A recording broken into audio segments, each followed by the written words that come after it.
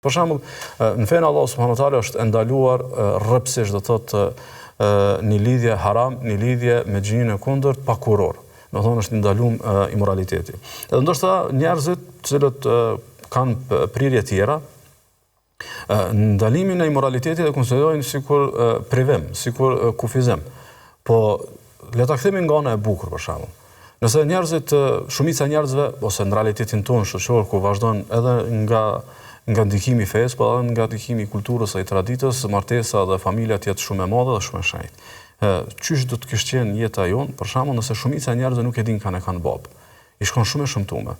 Ose edhe një situatë edhe më e vështirë. Çysh do të kishte qenë për shembull situata ku do thotë lidhjet nuk do të kishin ekzistuar, edhe njerëz nuk e kanë idenë çka i bë familja, çka i bë bashkëshorti, çka i bë bashkëshort, çka i bë obligime bashkëshortësie, çka i bie ndershmëria kësaj me radhë. Do thotë kjo e kundërta, imoraliteti, fal Allahu subhanahu wa taala, do thotë tek njerëzit e natyrshëm, tek njerëzit me vlera familjare, me vlera të traditës, me vlera njerëzore të mirëqenia, do thotë e kundërta është dalje prej rregullit, e kundërta është dalje tek e shëmtuara, dalje tek e keqja.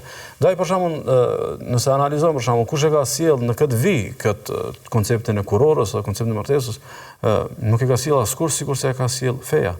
Dhe këtë pjesën e fesë nuk e kemi përshtatur vetëm fenë Allah subhanahu wa taala, mirë po edhe fetë tjera në përgjithësi, do thotë tek fetë e vendit tonë për shembull, investimi tek koncepti i martesës është domethënë më i mirë se tek shumë kombe do thotë të tjera, të cilat nuk e madje edhe shpërfillin edhe e zhleftojnë konceptin e martesës. E treta ka nëpërmjet shpirtit. Do thotë e sheh bukurinë e fesë Allah subhanahu wa taala, domethënë nëpërmjet shpirtit, saktësisht për shembull e sheh frytshmërinë e fesë do thotë në përjetimet e tua. Fjala bie për shembull ndjenja e lutjes. Njerëzit shpesh luten për realizimin e diçkaje.